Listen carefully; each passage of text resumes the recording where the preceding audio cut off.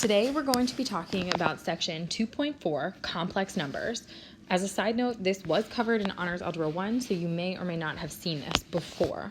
All right, so the imaginary unit I, all right, I is equal to the square root of -1, which means that I squared is equal to -1 because the square root of -1 times the square root of -1 is just -1, which means that I to the third is going to be negative I, because if I have negative the square root of -1 times the square root of -1 times the square root of -1, this gets me -1 root -1, which is just negative I. And then if I have I to the fourth, that's going to get me 1, because root -1 times root -1 times root -1 times root -1 is -1 times -1, which is 1. All right, it's important to commit those 4 powers of I to memory. All right, and so now let's talk about the definition of a complex number. All right, so A plus BI is the standard form of a complex number, all right, where A is the real number. Notice that that component comes first, all right, and BI is the imaginary part. Okay, so we have 3 different situations. First, if B is equal to 0, then we know that A plus BI is a real number because 0 times anything is just 0. All right, if B is not equal to 0, then we know that A plus BI is not real, meaning it's complex. It has an imaginary component. All right, if A is equal to 0, then we know that it's a pure imaginary number, not containing any real component. All right, and so now if we look at the equality of complex numbers, all right, we know that A plus BI here is going to be equal to C plus DI if and only if A equals C and B equals D. It's kind of straightforward, all right, but we're just going to be overly clear. And then go ahead and let's look at our operations with complex numbers. All right, and so generally speaking, we're going to combine, quote, like terms, all right? We know that they're like terms if they both have an I. So here I have BI and DI, I'm combining those, and then I'm combining A and C.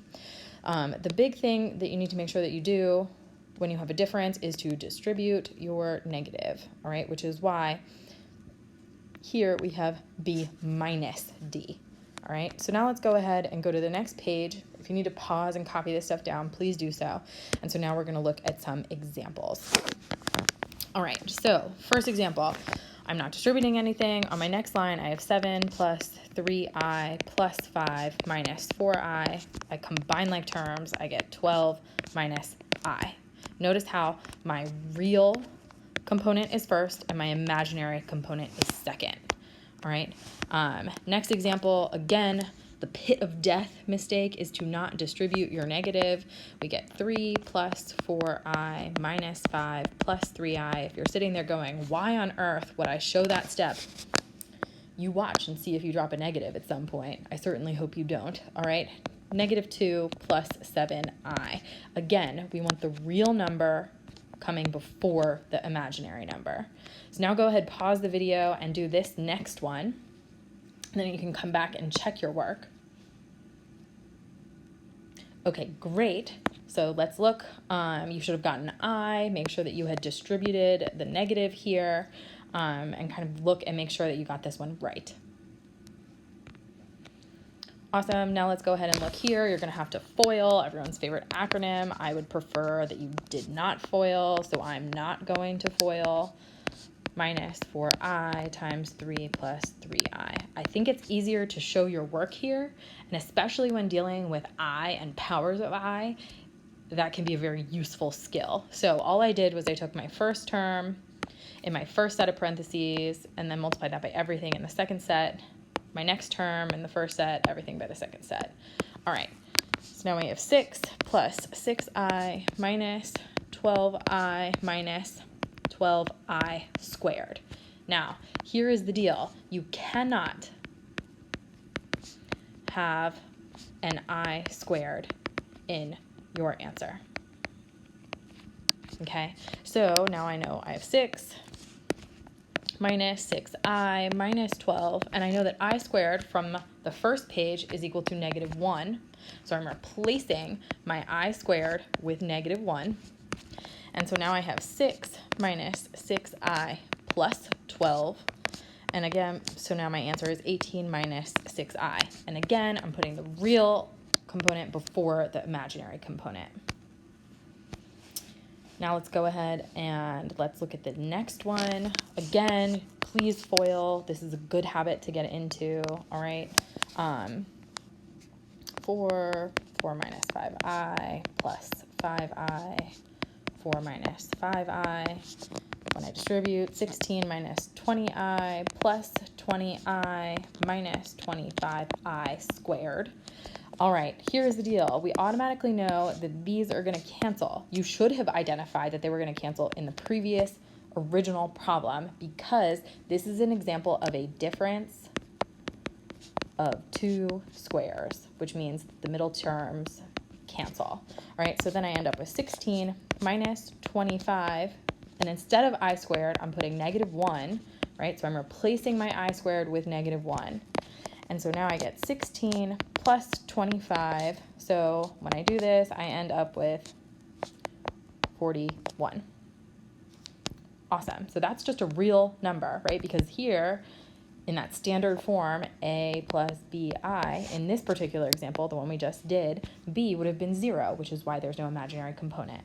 All right, go ahead and do this next one. Pause the video, work it out, and then you can come back and check it. Awesome. Let's see. There we go. All right. Hopefully you did not just attempt to distribute the exponent. That would be a huge no-no. You're going to give me gray hair. Please don't do that. All right. So, oh, and then it looks like I'm missing an I squared. All right. You know that to square something means to multiply it by itself. Please, please do not make this mistake. All right. Great. All right. Now let's go ahead and let's talk complex conjugates. So take a minute, pause the video, and go ahead and read this, copy it down, and then we can kind of go on from here. All right, so what is a complex conjugate? All right, it's the product of two complex numbers that is a real number. So when you multiply two complex numbers, it gets you a real number. We experience this in which one of these examples that we just did? This one. Exactly, right? Because when we multiplied them, the imaginary components canceled, and we were left with a real number. So 4 plus 5i and 4 minus 5i is an example of complex conjugates, because when you multiply them, they get us a real number, all right? And so here, you can see the rule for this, all right, is right here, and how this kind of works, all right? So now let's go ahead and let's look. All right, example 3, it says multiply each complex number by its complex conjugate. All right, so what is complex conjugate here? It's going to be 3 minus 6i, all right, which means that I end up with 9 minus 18i plus 18i minus 36i squared. My middle terms cancel. If they don't cancel, you have done something wrong. Minus 36 times -1. I like to take this step because then I don't drop my negative. 9 plus 36, which gets us 45. Go ahead, pause the video, do this next one on your own right now, and then you can come back and check it. Okay, great. You should have multiplied by 2 plus 5i. Then you notice your middle two terms are going to cancel. I squared gets you the -1, and you're getting 29. Awesome. Now let's go ahead and continue on to the next page. Hang in there, we're almost done. All right, so it says, example 4, the quotient of a complex number in standard form. All right, so here's the deal. Just like we can't have a radical left in the denominator, we also should not have an I in the denominator. Why is that? Because I is equal to the square root of -1. So if you're leaving an I in the denominator, you're also really leaving a radical. So to write in standard form, multiply the numerator and denominator by the complex conjugate of the denominator. So I'm going to multiply by 2 plus I. Okay, so when I do this up top, I end up with 4 plus 4i plus I squared over, when I multiply that one out, I get 4 minus I squared. My middle two terms canceled. So now let's see, I have 4. When I do this, I now have 4 minus 1 plus 4i up top over 4 plus 1. So my answer here is going to be 3 plus 4i over 5. This is an acceptable answer because there is not an imaginary component in the denominator. And the way that we did this was by multiplying the numerator and the denominator by the complex conjugate. All right? So now let's look at our complex solutions of quadratic equations. So now what if we had an equation, right? So if we have a solution that is the square root of negative a, that implies that we're going to separate out. The square root of negative a is equal to the square root of negative 1 times a, which gets us I root a. This is super important, so let's look at this next one, all right? Before we continue, read my note. This is super, super important.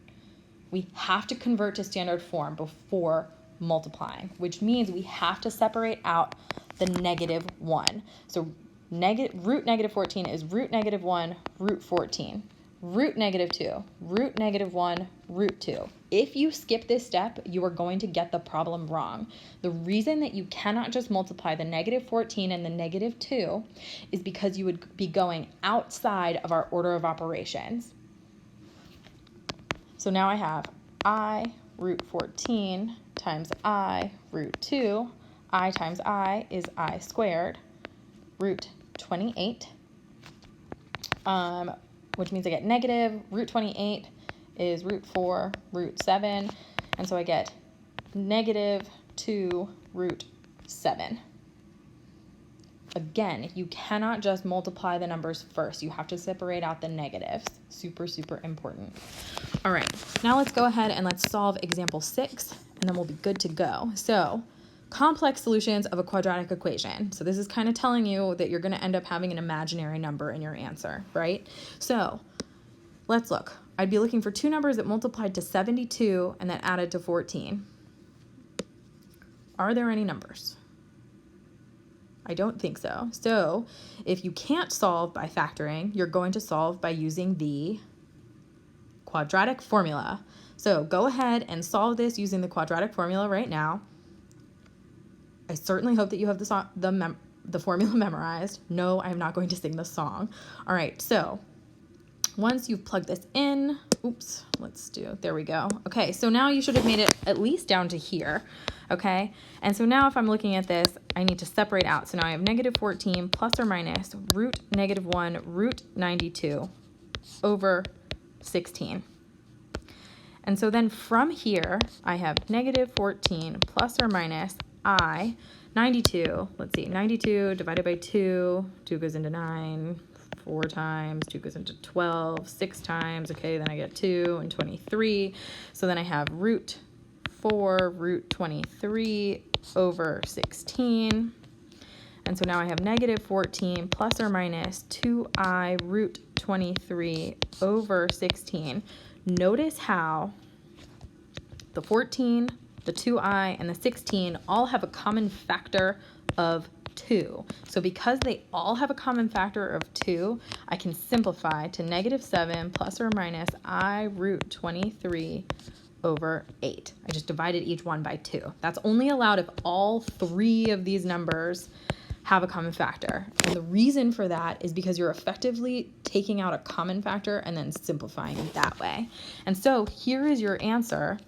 All right, and it has an imaginary component. There is no need to separate out the plus or minus and write it as negative 7 plus I root 23, negative 7 minus I root 23. Your classwork is going to be very similar to the examples we just worked out, and then there will be a corresponding homework assignment. Have a good week.